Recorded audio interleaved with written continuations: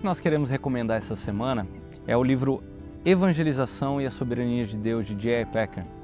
Um homem que tem influenciado uma grande gama de pastores e teólogos ao longo dos anos.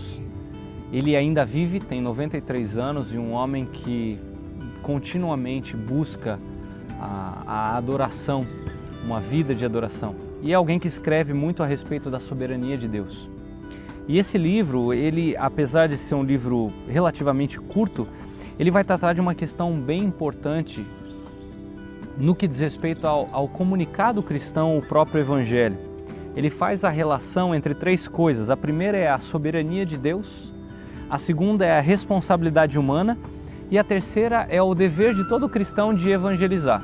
O autor divide esse livro em 4 partes. A primeira parte, ele procura explicar a soberania de Deus de uma maneira não exaustiva, mas de uma maneira bem compreensiva. E é interessante que um dos pontos que o autor toca para mostrar a soberania de Deus está na oração. E ele fala o seguinte: todas as vezes que oramos para confessar o nosso pecado, nós confessamos a nossa impotência diante de um Deus soberano. O próprio fato de que o cristão tem que orar é a prova positiva de que ele crê no senhorio do nosso Deus. A segunda parte do livro, Packer vai lidar com essa tensão que existe entre a soberania de Deus e a responsabilidade humana.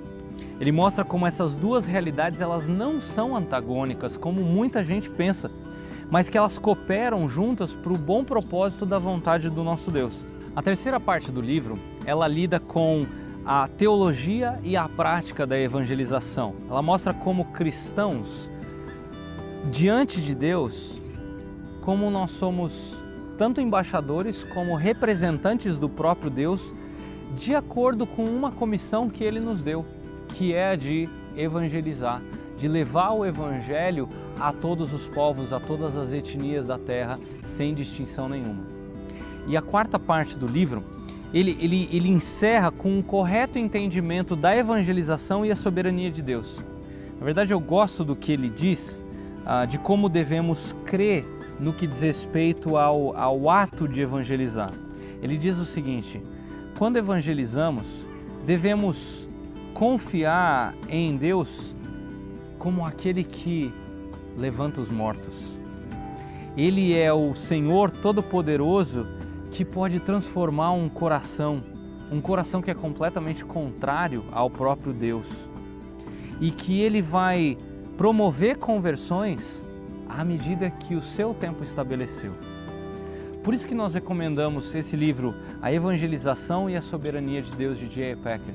É um livro que todo cristão deveria ler para entender a respeito de como o nosso papel se encaixa com a soberania do Criador.